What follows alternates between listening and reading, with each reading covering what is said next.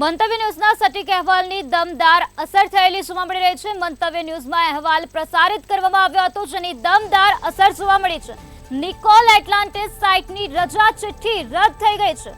મંતવ્ય ન્યૂઝના અહેવાલના પગલે કાર્યવાહી થઈ। કોર્પોરેશને બિલ્ડર સામે કડક કાર્યવાહી કરી છે, ત્યારે મજૂરના મોત બાદ ન્યાય માટે અહેવાલ રજૂ કરવામાં આવ્યો હતો। તો કોર્પોરેશને બિલ્ડરને નોટિસ પાઠવી અને કામગીરી બંધ થઈ છે। મંતવ્ય ન્યૂઝે સામાજિક જવાબદારી નિભાવી છે। નિકોલ એટલાન્ટિસ સાઇટની રજા ચિઠ્ઠી રદ થઈ ગઈ છે। મંતવ્ય ન્યૂઝના અહેવાલના પગલે કાર્યવાહી હાથ ધરવામાં આવી અને કોર્પોરેશને બિલ્ડરને નોટિસ પાઠવી અને કામગીરી બંધ થઈ છે। તો મજૂરના મોત બાદ ન્યાય માટે મંતવ્ય ન્યૂઝમાં અહેવાલ રજૂ કરવામાં આવ્યો હતો, જેની અસર થયેલી જોવા મળી રહી છે। મંતવ્ય ન્યૂઝના સટીક અહેવાલની દમદાર અસર સ્પષ્ટપણે નજરે પડી રહી છે। નિકોલ એટલાન્ટિસ સાઇટની રજા ચિઠ્ઠી રદ થઈ ગઈ છે। કોર્પોરેશને બિલ્ડર સામે કડક કાર્યવાહી હાથ ધરી છે। નિકોલ એટલાન્ટિસ સાઇટ પર મજૂરનું મૃત્યુ થઈ ગયું હતું, ત્યારે મજૂરના મોત બાદ ન્યાય માટે મંતવ્ય ન્યૂઝમાં અહેવાલ રજૂ કરવામાં આવ્યો હતો। કોર્પોરેશને બિલ્ડરને નોટિસ પાઠવી છે અને કામગીરી હાલ બંધ થઈ ગઈ છે। તો મંતવ્ય ન્યૂઝે સામાજિક જવાબદારી નિભાવી છે। મંતવ્ય ન્યૂઝના સટીક અહેવાલની દમદાર અસર થયેલી જોવા મળી રહી છે। મજૂરના મોત બાદ ન્યાય માટે આ અહેવાલ મંતવ્ય ન્યૂઝમાં પ્રસારિત કરવામાં આવ્યો હતો, જેની અસર થયેલી જોવા મળી રહી છે। નિકોલ એટલાન્ટિસ સાઇટની રજા ચિઠ્ઠી રદ થઈ ગઈ છે। મજૂરના મોત બાદ ન્યાય માટે આ અહેવાલ પ્રસારિત થયો હતો, ત્યારે કોર્પોરેશને બિલ્ડરને નોટિસ પાઠવી છે અને કામગીરી બંધ થઈ ગઈ છે। મંતવ્ય ન્યૂઝે સામાજિક જવાબદારી નિભાવી છે। નિકોલમાં એક મજૂર વ્યક્તિ છે, તેનું ખાનગી કન્સ્ટ્રક્શન સાઇટ જે એટલાન્ટિસ આવેલી છે તેની પર પડતાની સાથે મોત થયું હતું। આ મામલે કોન્ટ્રાક્ટરો અને જે બિલ્ડરો છે તેની બેદરકારી સામે આવી હતી। મંતવ્ય ન્યૂઝે તે બાદ આ તમામ જે અહેવાલ જે રજૂ કર્યા હતા અને ત્યારબાદ અમદાવાદ કોર્પોરેશનનું જે ટીડીઓ વિભાગ છે તે દોડતું થયું અને અમદાવાદના જે કોર્પોરેશનનો જે પૂર્વ વિભાગ છે તેણે આ જે કન્સ્ટ્રક્શન સાઇટ છે તેની સામે કડક કાર્યવાહી કરતાની સાથે જ આ જે કન્સ્ટ્રક્શન સાઇટ એટલાન્ટિસ છે તેની રજા ચિઠ્ઠી રદ કરી દીધી છે। આ કામગીરી છે તેઓ હાલ નહીં કરી શકે। આ રજા ચિઠ્ઠી સસ્પેન્ડ કરવાનો જે મહત્વપૂર્ણ નિર્ણય છે તે કોર્પોરેશનના જે ટીડીઓ વિભાગ દ્વારા લેવામાં આવ્યો છે અને સાથે સાથે એક મજૂર છે માટે મંતવ્ય ન્યૂઝ ચેનલે જે પોલીસ તેમજ જે કોર્પોરેશન તેના અધિકારીઓની સાથે ચર્ચા કરી અને ત્યારબાદ બિલ્ડરો જે ટાંક પીછોડો કરવા માટે ક્યાંક પ્રયાસ કરી રહ્યા હતા, આવા બિલ્ડરો સામે કડક કાર્યવાહી કરતાની સાથે રજા ચિઠ્ઠી રદ કરવામાં આવી છે। આગામી દિવસોમાં પણ જો કોઈ મજૂર કે કોઈ વ્યક્તિની સાથે આ શોષણ થશે તો પણ મંતવ્ય ન્યૂઝ આ રીતે કામગીરી કરશે। એક મહત્વપૂર્ણ એક સમાજ સેવાનું જે કામ છે અને ખાસ કરીને બિલ્ડરો માટે આ ચેતવણી રૂપ કિસ્સો છે કે જેની અંદર કોઈ વ્યક્તિ નું મોત થશે તો તેને આવી રીતે સાંખી નહીં લેવાય અને તેમની રજા ચિઠ્ઠી રદ કરવા સુધીનો જે કામગીરી છે તે કરાવવામાં આવશે। કેમેરામેન કેતન શ્રીમાળી સાથે મેહુલ દુધરેજિયા, મંતવ્ય ન્યૂઝ, અમદાવાદ। અમદાવાદના નિકોલમાં એટલાન્ટિસ સાઇટ પર મજૂરનું મૃત્યુ થઈ ગયું હતું, ત્યારબાદ મજૂરના મોત બાદ ન્યાય માટે મંતવ્ય ન્યૂઝમાં અહેવાલ રજૂ કરવામાં આવ્યો હતો, ત્યારે અહેવાલ પ્રસારિત કરવામાં આવ્યો હતો, જેની સટીક અસર જોવા મળી રહી છે। કોર્પોરેશને બિલ્ડરને નોટિસ પાઠવી છે અને આ કામગીરી બંધ થઈ ગઈ છે। નિકોલ એટલાન્ટિસ સાઇટની રજા ચિઠ્ઠી રદ થઈ છે। કોર્પોરેશને બિલ્ડર સામે કડકમાં કડક કાર્યવાહી હાથ ધરી છે, ત્યારે મંતવ્ય ન્યૂઝે સામાજિક જવાબદારી નિભાવી છે। અમદાવાદના નિકોલ વિસ્તારના એટલાન્ટિસ સાઇટ પર મજૂરના મોતનો બનાવ બન્યો હતો, જેની રજૂઆત મંતવ્ય ન્યૂઝ દ્વારા કરવામાં આવી હતી। મજૂરના મોત બાદ ન્યાય માટે આ અહેવાલ પ્રસારિત કરવામાં આવ્યો હતો, ત્યારે મંતવ્ય ન્યૂઝના સટીક અહેવાલની દમદાર અસર જોવા મળી રહી છે। નિકોલ એટલાન્ટિસ સાઇટની રજા ચિઠ્ઠી રદ કરી દેવામાં આવી છે। તો મંતવ્ય ન્યૂઝના અહેવાલના પગલે કાર્યવાહી હાથ ધરવામાં આવી છે। કોર્પોરેશને કડકમાં કડક કાર્યવાહી હાથ ધરી છે। કોર્પોરેશને બિલ્ડરને નોટિસ પાઠવી છે અને કામગીરી બંધ થઈ ગઈ છે। તો મજૂરના મોત બાદ ન્યાય માટે મંતવ્ય ન્યૂઝમાં અહેવાલ પ્રસારિત કરવામાં આવ્યો હતો, જેની અસર દમદાર જોવા મળી રહી છે। મંતવ્ય ન્યૂઝે સામાજિક જવાબદારી નિભાવે છે। તો નિકોલ એટલાન્ટિસ સાઇટની રજા ચિઠ્ઠી સ્થગિત થઈ ગઈ છે।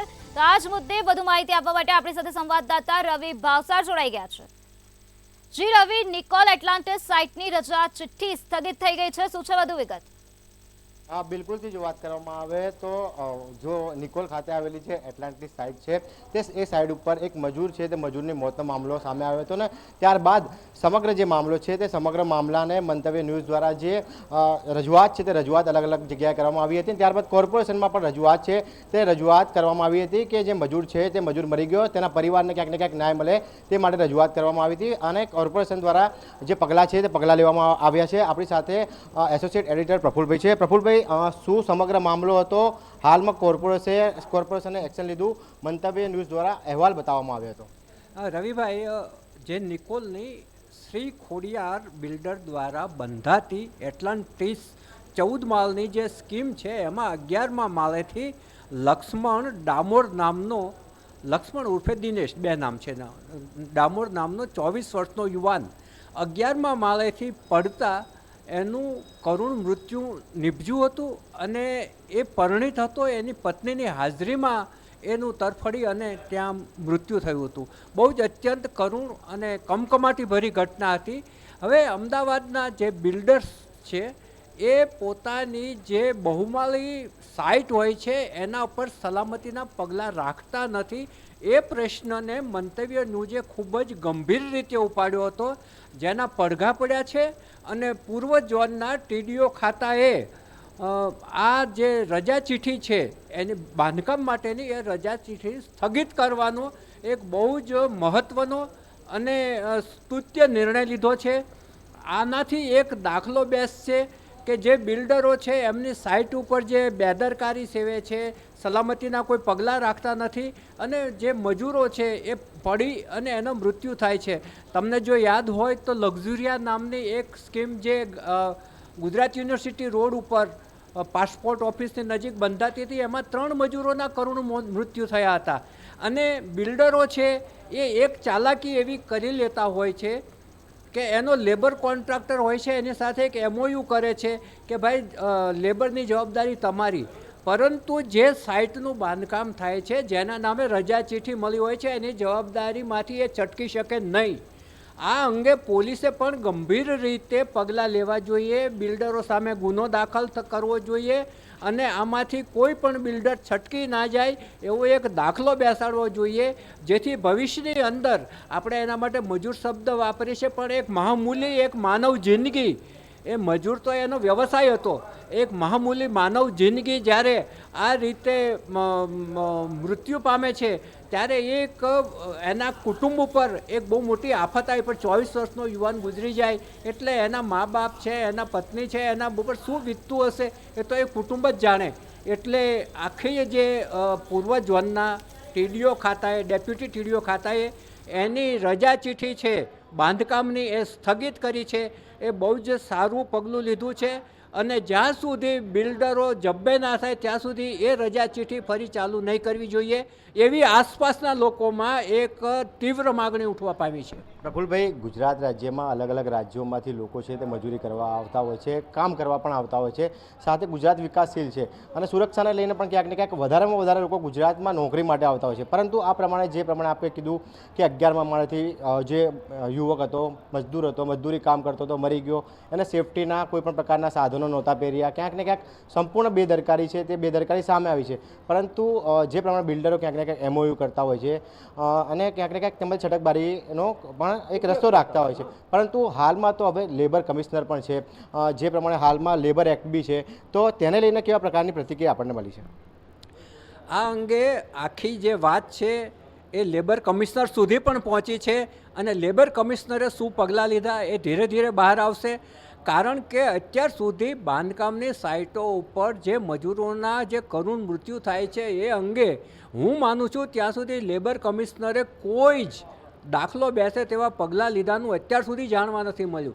જો 3 મજૂરો એક સાથે મરી જાય ત્યાં પણ જો પગલાં ના લેવાયા હોય તો એકલ દોકલની તો વાત જ ક્યાં કરવી. અને તમે કહ્યું એ રીતે બહારના રાજ્યોમાંથી એક મજૂરી મેળવવા માટે બહારના લોકો આવતા હોય છે. એટલું જ નહીં, મોટાભાગે આપણા જે વનવાસી, જેને આદિવાસી કહેવામાં આવે છે, એ પ્રકારના જે મજૂરો છે એ બહુ જ તનતોડ મહેનત કરતા હોય છે અને એ એમનું પેટીયું રળવા માટે એમનું વતન છોડીને અહીંયા આવતા હોય છે.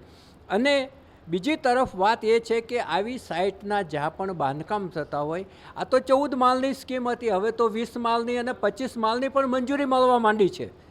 એટલે જેમ જેમ બિલ્ડિંગની હાઇટ વધશે એમ એમ એના જોખમો વધતા જ જવાના છે. એટલે બિલ્ડરોએ અને એના લેબર કોન્ટ્રાક્ટરોએ મજૂરોની સલામતીના પૂરેપૂરા પગલાં લેવા જોઈએ. કમિશનર શ્રી એમ થેનાસન છે આ માટે ખૂબ જ જાગૃત છે અને એમણે નેટ બાંધવા માટે વારંવાર કહ્યું હોવા છતાં નીચેના અધિકારીઓ આ જોગવાઈને ભૂલીને પી જાય છે, જેને કારણે આવી દુર્ઘટનાની મેં જી રવિ, બિલકુલથી જે પ્રમાણે હાલ તો મંતવ્ય ન્યૂઝના અહેવાલની અસર છે તે અસર જી. થઈ રહી છે ને કોર્પોરેશને ક્યાંક ને ક્યાંક રજા ચિઠ્ઠી છે તે સ્થગિત કરી દીધી.